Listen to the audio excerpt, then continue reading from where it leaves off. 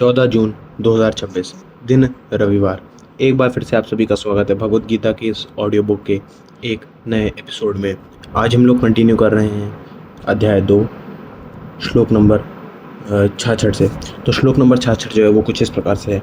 नाशति बुद्धिर्युक्तस्य न चायुक्तस्य भावना न चाभावयतः शांतिर शांतस्य कुतः सुखम। इसका अर्थ कुछ इस प्रकार से, न जीते हुए मन और इंद्रियों वाले पुरुष में निश्चयात्मिका बुद्धि नहीं होती और उस अयुक्त मनुष्य के अंतःकरण में भावना भी नहीं होती, तथा भावनाहीन मनुष्य को शांति नहीं मिलती और शांति रहित मनुष्य को सुख कैसे मिल सकता है।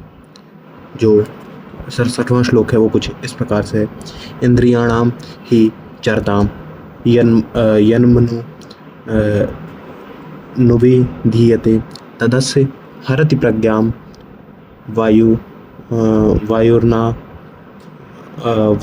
वामिवा भसि। इसका अर्थ है क्योंकि जैसे जल में चलने वाली नाव को वायु हर लेती है, वैसे ही विषयों में विचरती हुई इंद्रियों में से मन जिस इंद्रिय के साथ रहता है वह एक ही इंद्रिय इस अयुक्त पुरुष की बुद्धि को हर लेती है।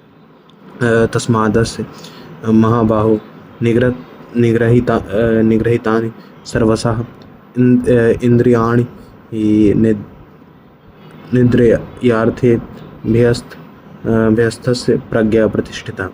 इसलिए हे महाबाहो, जिस पुरुष की इंद्रियों के विषयों से सब प्रकार निग्रह की हुई हैं उसी की बुद्धि स्थिर है। जो 59वां श्लोक है वो कुछ इस प्रकार से, 69वां श्लोक है वो कुछ इस प्रकार से है। या निशा सर्वभूतानां तस्याम जागृति संयमी यस्याम जागृति भूतानि सा निशा पश्यतो मुने। संपूर्ण प्राणियों के लिए जो रात्रि के समान है उस नित्य ज्ञान स्वरूप परमानंद की प्राप्ति स्थित प्रज्ञ योगी जागता है, और जिस नाशवान सांसारिक सुख की प्राप्ति में सब प्राणी जागते हैं परमात्मा के तत्व को जानने वाला मुनि के लिए वह रात्रि के समान है। जो 70वां श्लोक है वो कुछ इस प्रकार से है। आपूर्य माणम चल प्रतिष्ठितम समुद्र मापा प्रविशन्ति यवदत् त्वद तकामा यम प्रविशन्ति सर्वे सा शांति मापनोति ना काम कामी। जिसका अर्थ कुछ इस प्रकार से है। जैसे नाना नदियों के जल सब ओर से परिपूर्ण अचल प्रतिष्ठा वाले समुद्र में उसको विचलित न करते हुए ही समा जाते हैं, वैसे ही सब भोग जिस स्थित प्रज्ञ पुरुष में जिस प्रकार का विकार उत्पन्न किए बिना ही समा जाते हैं, वही पुरुष परम शांति को प्राप्त होता है। भोगों को चाहने वाला नहीं। जो 71वां श्लोक है, एंड आई बिलीव 71वां नहीं, इस अध्याय का जो आखिरी श्लोक है वो है 72वां। लेकिन आज हम लोग अध्याय 2 कंप्लीट करेंगे और आने वाले एपिसोड में अध्याय 3 कंटिन्यू होगा। आज जो है हम लोग 71वां और 72वां श्लोक, जो श्लोक नंबर 72 है वहाँ तक ख़त्म करेंगे, क्योंकि जो श्लोक नंबर 72 है वो अध्याय दूसरे का आखिरी श्लोक है। अध्याय 2 है वो काफ़ी बड़ा था। खैर, जो 71वां श्लोक है वो कुछ इस प्रकार से। विहाय कामान्या सर्वान पुमाम चसृता निस्पृह निर्ममो निर्हकार सा शांति मधिगच्छति।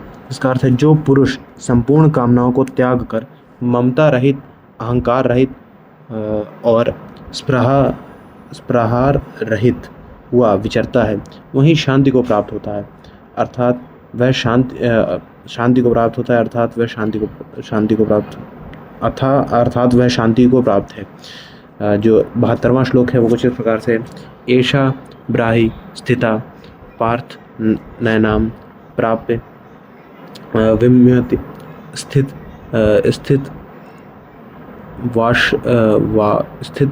वाष्य मंत कालेप ब्रह्मानि ब्रह्मा निर्वाण मृच्छति, जिसका अर्थ है हे अर्जुन, ये ब्रह्मा को प्राप्त हुए पुरुष की स्थिति है। इसको प्राप्त होकर योगी कभी मोहित नहीं होता और अंत काल में भी इस ब्राह्मी स्थिति में स्थित होकर ब्रह्मानंद को प्राप्त हो जाता है। I think now at this point in Gita we have the framework of a कर्म योगी laid out। इसके पहले हम लोगों ने ये देखा था कि जो कर्म योगी होता है वो बेसिकली वो किस तरीके का होता है, वो समत्व से चलता है, मतलब he is not what we can say, he is not very much affected by whatever is going on in his life। अब जो पिछले कुछ श्लोक हैं उनमें हमने देखा कि भगवान कृष्ण ने बताया कि जो इंसान की इंद्रियां होती हैं, इंसान की इच्छाएं होती हैं, वो कैसे जो है उसको इस शांति के पथ भ्रमित कर देती हैं।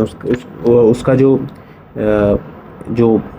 एम है कि वो फाइनली, जैसे अब इसको एक फिज़िक्स की एनालॉजी लेते हैं। हर जो भी कोई एक बॉडी रहती है फिज़िक्स में, वो एट द एंड रेस्ट पे आना चाहती है, but there are a lot of forces, कई सारी इंटरेक्शंस हैं पार्टिकल्स के बीच में, और उन इंटरेक्शंस की वजह से जो कोई भी एक फिज़िकल बॉडी है या फिर कोई भी एक पार्टिकल है वो रेस्ट पे आ नहीं पाता है, एब्सोल्यूट रेस्ट पे। बट जो पार्टिकल एब्सोल्यूट रेस्ट पे आता है या फिर जो भी ह्यूमन एब्सोल्यूट रेस्ट पे आता है, वो कब आ पाता है? वो तब आ पाता है जब वो इन डिज़ायर्स को अपनी इंद्रियों के वश में ना आकर के इस शांति के पथ पे चलता है। अब इंद्रियों का वश किस प्रकार का हो सकता है?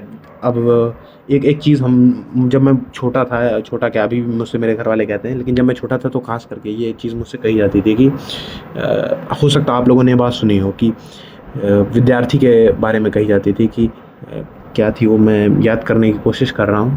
काक चेष्टा बको ध्यानम स्वान निद्रा तथा अल्पाहारी ग्रह त्यागी विद्यार्थी पंच लक्षणा, जिसका अर्थ है कि एक विद्यार्थी होता है, वो उसके क्या 5 लक्षण होते हैं। तो इन 5 लक्षणों से आप देख सकते हैं कि जिस भी विद्यार्थी के 5 लक्षण होंगे वो और चीज़ों से डिस्ट्रैक्ट नहीं होगा। ऐसे ही जो कर्म योगी है उसके भी कुछ लक्षण भगवान ने बताए हैं, जैसे समत्व एक था इंद्रियों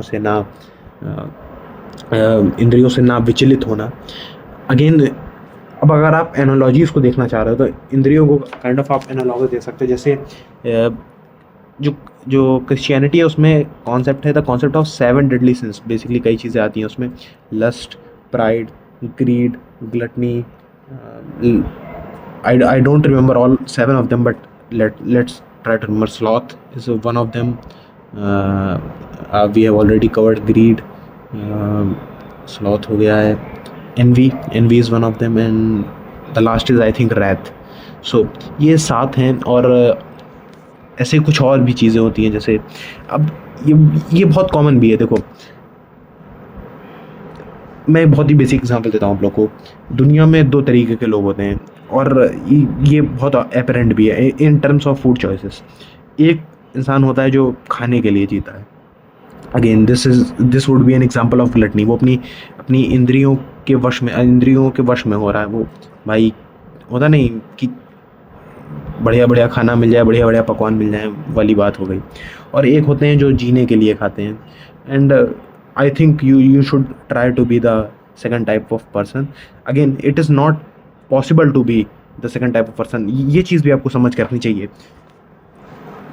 हर चीज़ में। जैसे मैं क्या कहना चाह रहा हूँ कि देखो, जैसे फिजिक्स में होता है कि एब्सोल्यूट ज़ीरो जैसी कोई चीज़ नहीं होती है। Absolute zero temperature basically defined है कि एब्सोल्यूट ज़ीरो माइनस कितना होता है, 273 डिग्री केल्विन ऐसा कुछ होता है। माइनस 273 डिग्री सेल्सियस को हम लोग ज़ीरो केल्विन कहते हैं, और वो होता है absolute zero. But absolute zero को कोई भी पार्टिकल पहुँच नहीं सकता है, ऐसा कुछ है। आई डोंट नो, मैंने बहुत समय से जो है केमिस्ट्री वगैरह पढ़ी नहीं, तो I can be wrong, but ऐसे ही कुछ होता है। तो ऐसा नहीं हो सकता कि तुम जो है एब्सोल्युटली जो है किसी एक इंद्रिय को डिस्कार्ड कर दो, ऐसा नहीं हो सकता। But what I want to say is कि अब देखो, जैसे मैंने ये एग्जांपल दिया कि खाने के लिए जीते हैं और जीने के लिए खाते हैं, ये हो गई एक बहुत ही बाइनरी चीज़ कि या तो ये है या तो ये। But things exist in shades. Things जो है ग्रे कलर के शेड्स में एग्जिस्ट करती है। और उस शेड के सबसे इस तरफ है वाइट और सबसे इस तरफ है ब्लैक। और एक चीज़ और मैं बताना चाहूँगा तुम लोग को कि दुनिया में ब्लैक और वाइट जैसी कोई चीज़ नहीं रहती है। कोई भी दुनिया में तुमको चीज़ दिखेगी तो वो बीच के हिस्सों में, बीच का जो कलर पैलेट है ग्रे से ब्लैक से वाइट की तरफ जाते हुए जो ग्रे कलर पैलेट है उसी में तुमको चीज़ें मिलेंगी। And what you have to be in this is to be near the white color palette, कि तुमको ब्लैक से वाइट की तरफ जाना है, या फिर vice versa again, not to be a colourist person और रेसिस्ट पर्सन, मतलब तुमको जो भी तुम जिसको भी तुम सही समझते हो तुमको उसकी तरफ जाना है। आई थिंक कि आज के इस एपिसोड में हमने कुछ नए कॉन्सेप्ट्स को डिस्कस किया, कुछ नई एनालॉजीज़ को समझा जाना, और आज हमने अध्याय 2 को ख़त्म कर दिया है। अगले एपिसोड में इस ऑडियो बुक के हम लोग अध्याय 3 को स्टार्ट करेंगे, और अध्याय 3 का मैं तुमको थोड़ा थोड़ा टीज़र देता जा रहा हूँ कि अध्याय 3 में सबसे पहला जो वाच है वो है अर्जुन वाच, यानी अर्जुन ने कुछ कहा। अब अर्जुन क्या कह सकते हैं ये आप लोग सोचें, आप लोग थोड़ा सा इंट्रोस्पेक्ट भी करें। जो चीज़ें हमने अध्याय 2 के बारे में बात करी, एक बार देख लेते हैं कि अध्याय 2 कितना बड़ा था, क्योंकि आई थिंक अध्याय 2 अध्याय 1 से काफ़ी ज़्यादा बड़ा था, क्योंकि अध्याय 1 हमने काफ़ी जल्दी ख़त्म कर दिया था और अध्याय 2 काफ़ी समय से चल रहा है। तो अध्याय 2 हमने स्टार्ट किया था आई बिलीव, ये है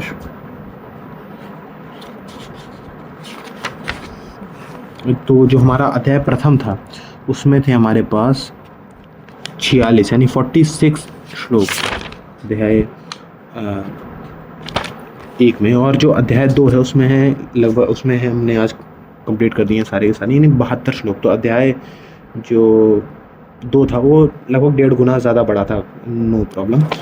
आगे वाले अध्याय भी हम लोग कवर करेंगे। इट डज़ नॉट डिपेंड कि कोई चीज़ बड़ी है छोटी, what ever is in this book will be covered in this audio book hopefully. With all of that said, I hope आज के इस एपिसोड से आपने कुछ नया सीखा। बने रहिए इस ऑडियो बुक के साथ, and I will see you in the next episode.